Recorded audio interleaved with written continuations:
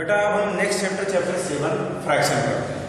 तो फ्रैक्शन तो आप लोग पढ़ा ही है, लेकिन थोड़ा सा यहाँ नए तरीके से पढ़ना है।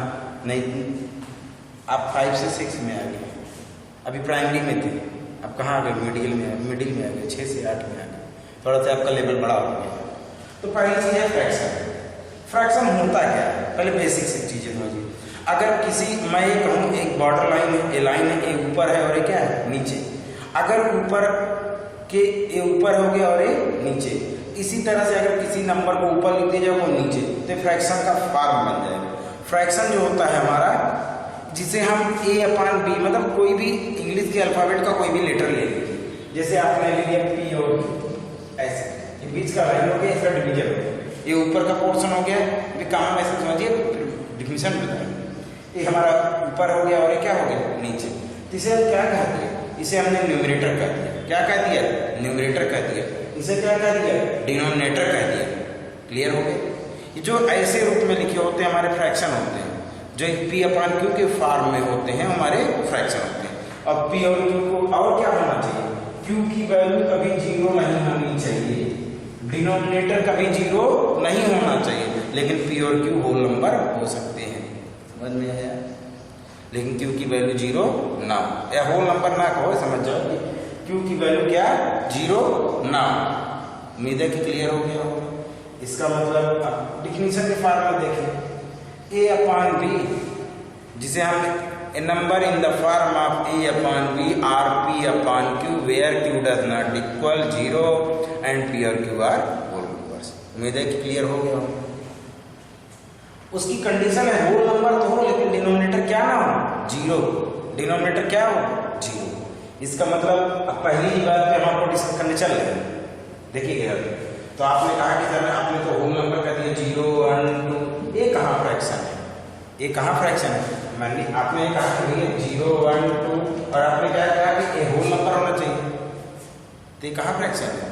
जब कहीं डिनोमिनेटर ना दिया रहे तो डिनोमिनेटर 1 मान लेते हैं। मैथ में हमारा रूल ही है कि जहाँ कोई नंबर ना दिया हम 1 मान लेते हैं, 0, 1, 0।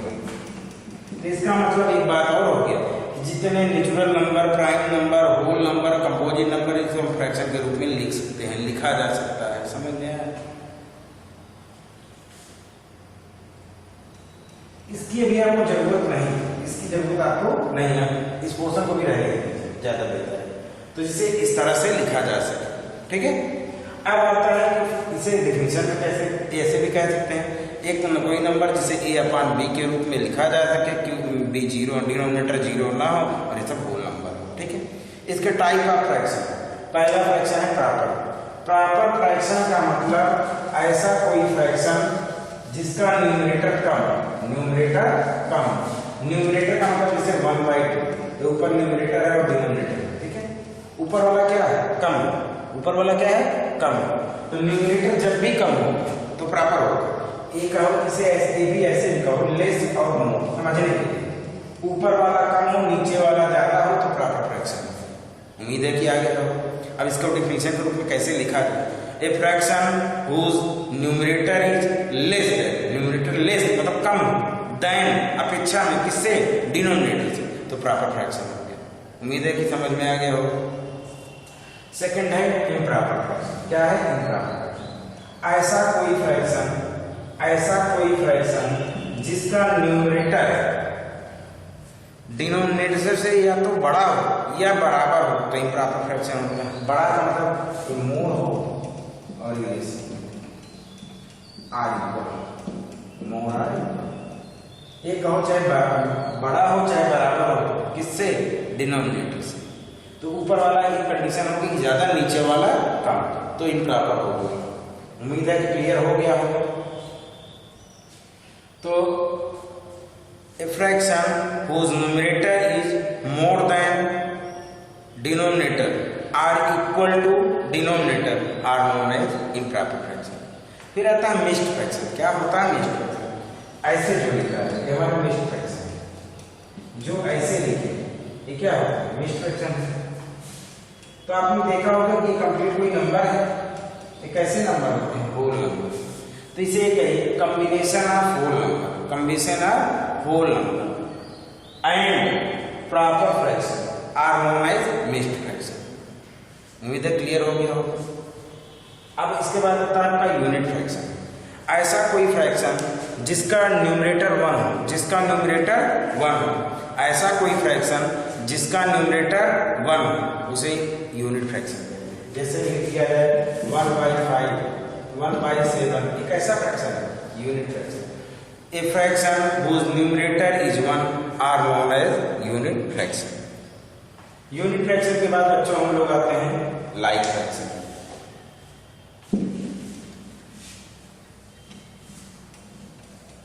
लाइक फ्रैक्शन क्या होता है? जैसे हम कंपेयर की बात करते हैं ना हमेशा कि कंपेयर कैसे कंपेयर किया जाए, तो किसी चीज को कंपेयर करने के लिए कम से कम 2 लोग चाहिए ना, या 2 से ज्यादा लोग चाहिए। उसी तरह से जो हमें लाइक अनलाइक ये सब बताना हो तो हमें 2 से ज्यादा फ्रैक्शन की जरूरत पड़ती है। जैसे 5/7, 3/7, 8/7 ऐसे आ गए, तो इसके डिनोमिनेटर क्या है? सेम है। ऐसा कोई फ्रैक्शन जिसका डिनोमिनेटर क्या हो? सेम हो, उसे लाइक फ्रैक्शन कहते हैं। A fraction whose denominator is same are known as like fraction। फिर से बताएं, ऐसा कोई फ्रैक्शन जिसका डिनोमिनेटर सेम हो उसे लाइक फ्रैक्शन कहते हैं। ऐसा कोई फ्रैक्शन जिसका डिनोमिनेटर सेम हो उसे क्या कहते हैं? Like fraction. लेकिन अगर यहाँ क्या कहेंगे उसे? 2 or more fraction, 2 or more fraction whose denominator are same are known as like fraction।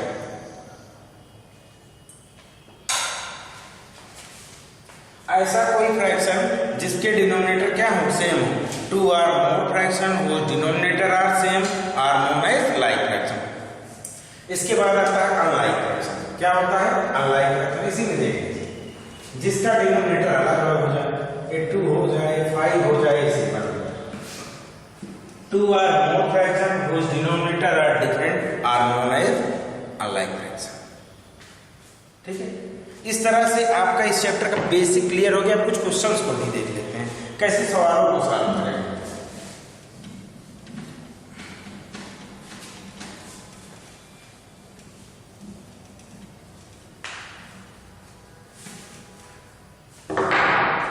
Addition का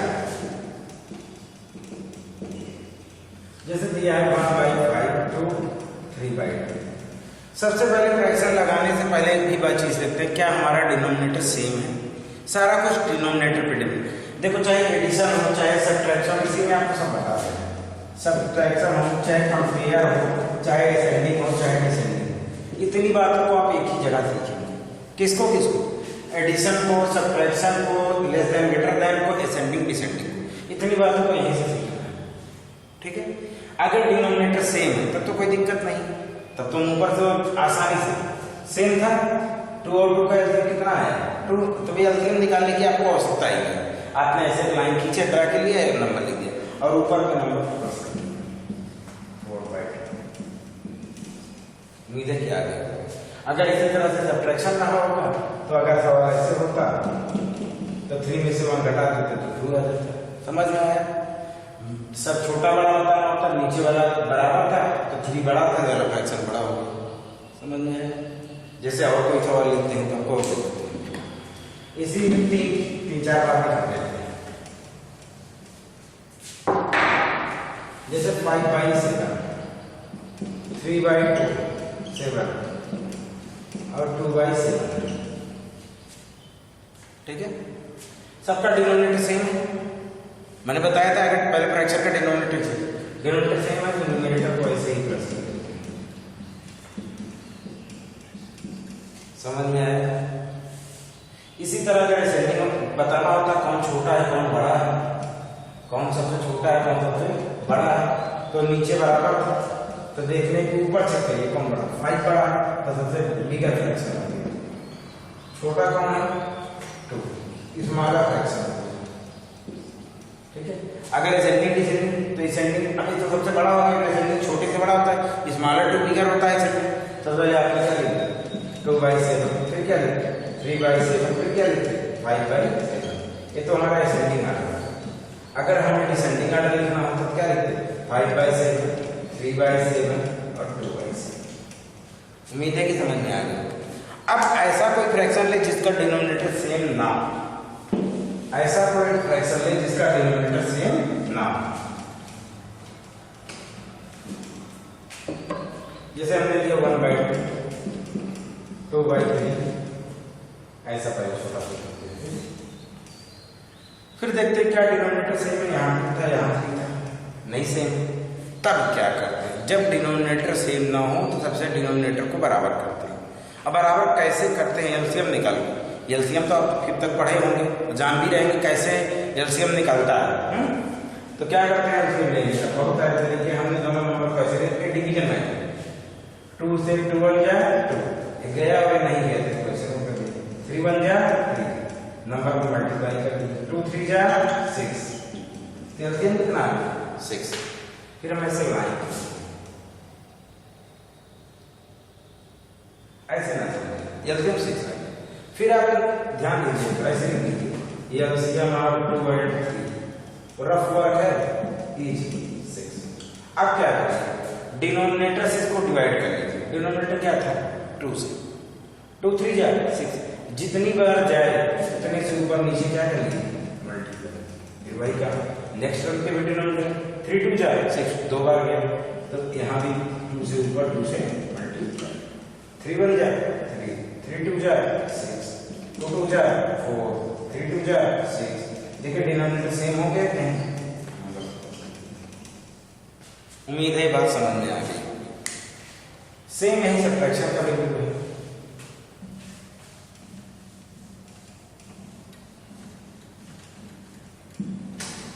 सेम यही सब्ट्रैक्शन का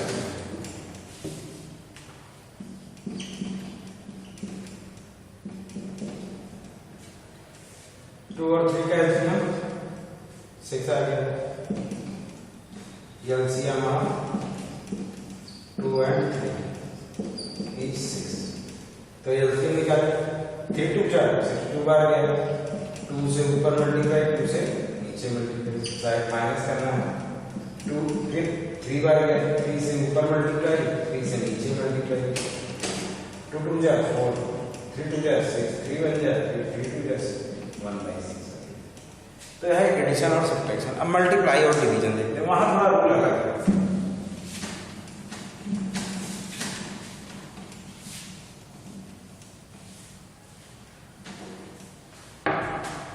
मल्टीप्लाई क्या है, जैसे 1/2 दिया है और 5/3।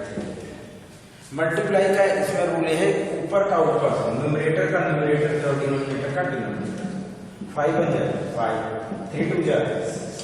ये है मल्टीप्लिकेशन, सबसे आसान था आपका मल्टीप्लिकेशन नहीं लग रहा, कुछ नहीं करना,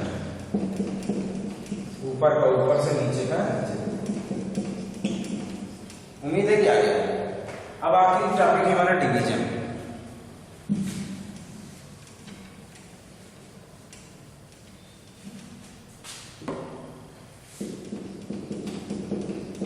डिवीजन 1/2 डिवाइडेड बाय 5/6।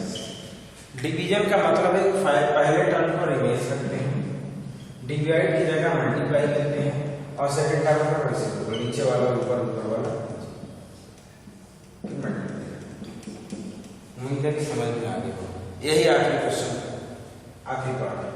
जैसे 5/7 डिवाइडेड बाय 6/4, तो पहला टर्म है डिवाइड किया मल्टीप्लाई, नीचे वाला ऊपर ऊपर वाला।